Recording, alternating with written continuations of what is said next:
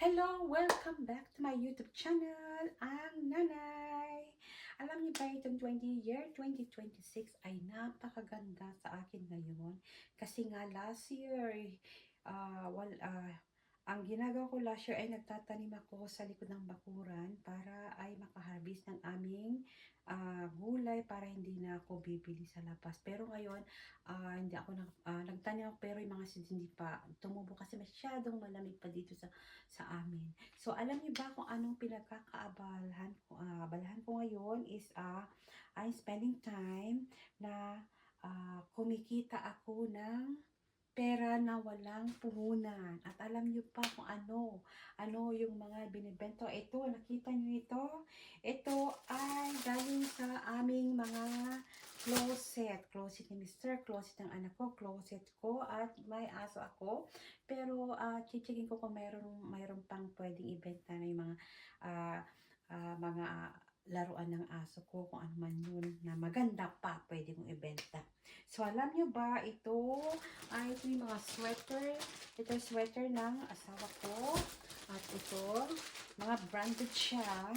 At napakaganda pa ng condition at ibibenta ko. Actually, mayroon nang bibili nito. At ito yung polo niya, North Face. Napakaganda. Ito yung Columbia at mayroon nang bumili niyan.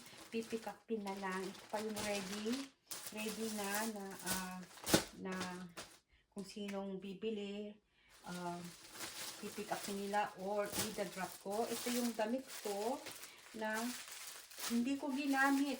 Wala na siyang tag sa ko. Kaya i-resale ko siya. Ito yung mga damit ko noon na nung payat pa ako at ibibenta ko. Ayan, sapatos. Ito sapatos ng anak ko na 2 times sweater niya lang ginamit. Ayaw na niyang gamitin kasi meron na siyang ibang sapatos. Ito ay Converse. Pag bibili mo sa pagbagong mahal, so kaya i-resale ko siya kasi napakaganda pa. At sapat Michael Jordan, bibenta ko siya. Sapatos niya yan. Laruan na napakaganda. At yung iba na meron na dito sa bahay ay may tag pa at ibibenta ko siya kasi ayaw na niya. So, ito pa, alam niyo ba ito? Hindi ko alam ano itong laruan. Ang ganda-ganda. Pero wala na kasing box, kaya ibibenta ko siya ng affordable, di ba? At ito yung kanyang Skechers, ito yung size 1, nung bata pa siya. So, mayroon nang bibili nito. At ito pa ready. Ito hot topic. I think 3 beses niya lang nagamit. Hindi nakakasya sa kanya. Kaya pipicturing ko siya at ibibenta ko siya sa online. Ito yung mga damit niya noon na hindi nakakasya. Napakaganda pa. So, i-resell ko siya ng affordable. At ayan, ito yung damit ng asawa ko. Yan, anak ko, kunti lang ang damit ko. Kaya, kasi nga, nagtatrabaho ako dati, so naka-uniform ako lagi, so hindi ako bumili ng maraming mga damit ko. Pero ngayon, pag bibili ako ng damit ko, yung kahit hindi branded, tapos, pag kailangan, make sure na, wag sirain para pwede pang ibenta pag ayaw mo na. At syempre kapag ibebenta, make sure na maayos pa siya, wala mang mancha, di ba? So at malinis, kung pwede mong laban mo pa at para maganda naman ang presenta at matutuwa yung mga customer na bibili. At halimbawa, na picture na yon, ilalagay mo sa magandang wrapping naman. Yan. So, meron akong available wrapping dito. Hindi na ako muli kasi maganda pa, hindi bago. So, at kailangan, pag sa damit, kailangan, marunong kang magtupi. Marunong magtupi, kasi nga, para naman mukha siyang, ang ganda ko, para siyang bagong-bago, diba? So, ready to pick up na yan.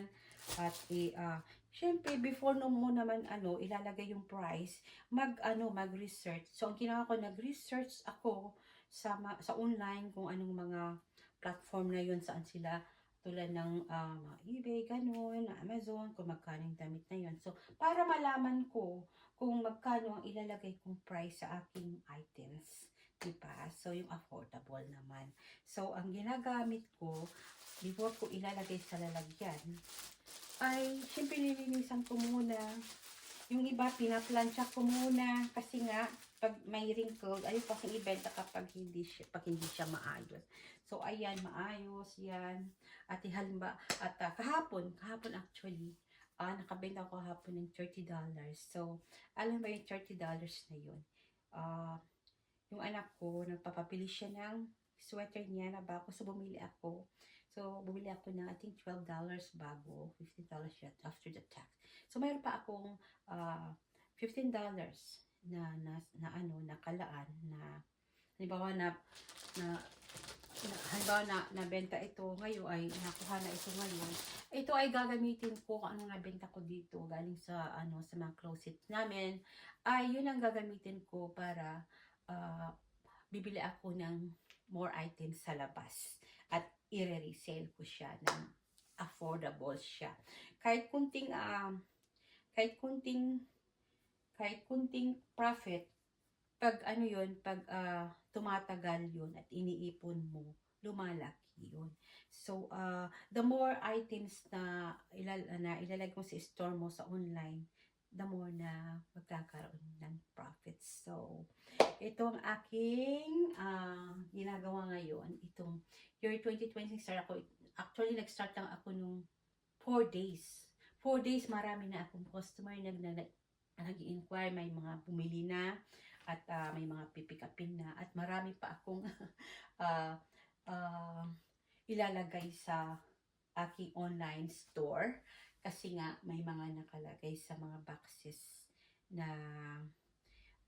pwede pang ibenta. At halimbawa, medyo matagal na at hindi nabibenta yung damit na ang gagawin ko ay i-donate ko. Marami na akong na-donate noon at marami na rin akong nabenta sa mga store sa labas na bumibili sila ng mga use. Kaya lang, masyadong mura. So ito, I decided na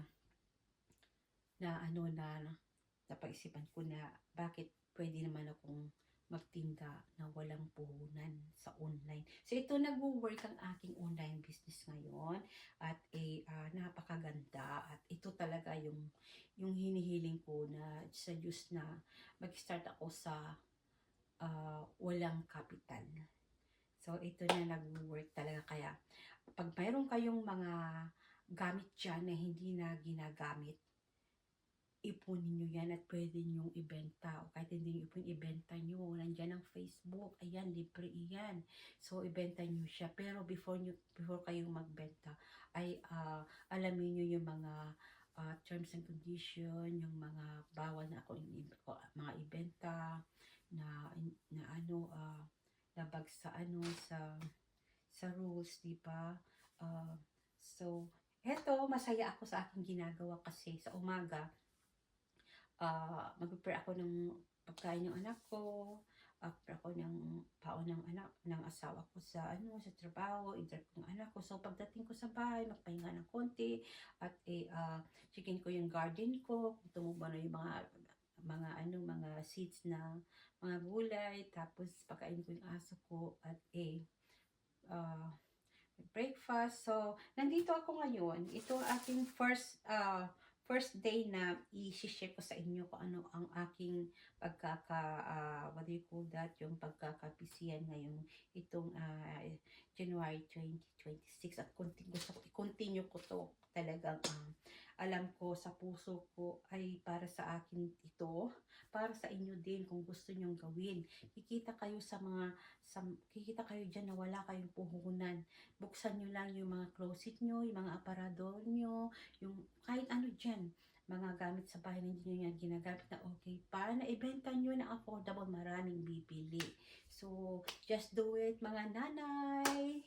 At kahit sino dyan, pwede tayong kikita ng pera, mag-start tayo ng walang puhunan. Nandyan lang yan. At nandito ang ating camera. Itong cellphone na to ay napakalaking tulong sa atin at ang Facebook. Ayan, nandito na, libre na talaga. So, gawin natin para mayroon tayong income kahit papaano, di ba? So ito, syempre pag ito i-share ko pag pagpipicture ng mga ibibenta, kailangan ayusin, walang mga wrinkles siya, at ang ginagamit ko lang sa bahay ay kailangan yung bright light, tapos white, sa ngayon white pa yung ginagamit ko, yung sa, what do you call this, ito lang sa wall lang ng gilid ng bahay, ipipicture ko siya, tapos I just started na mag-picture, pero I know if you're starting matutunan kung mag-picture ng maganda. I know I will learn and slowly yan. So ito, prepare ko yan. Tapos lalagyan ng price, description, ganun. At ilalagay mo sa seal, di mo ilagay sa seal. Make sure, syempre mabango, malinis. Pag halimbawa medyo, pag madumi yun, may mga mancha. Sa akin kasi walang mancha eh. Walang mancha ang aking ang aking items. So ito, nandito na ako sa baba. At mamaya na ako mag-start na mag-video ng item kasi magluluto muna ako ng aming lunch para pagdating ng pamilya ko at mayroon na silang pagkain. So, syempre maglilinis ako. Ito yung ginamit ko kanina. At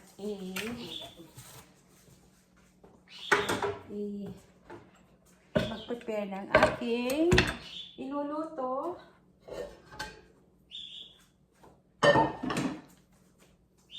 Ayan, so, ayun,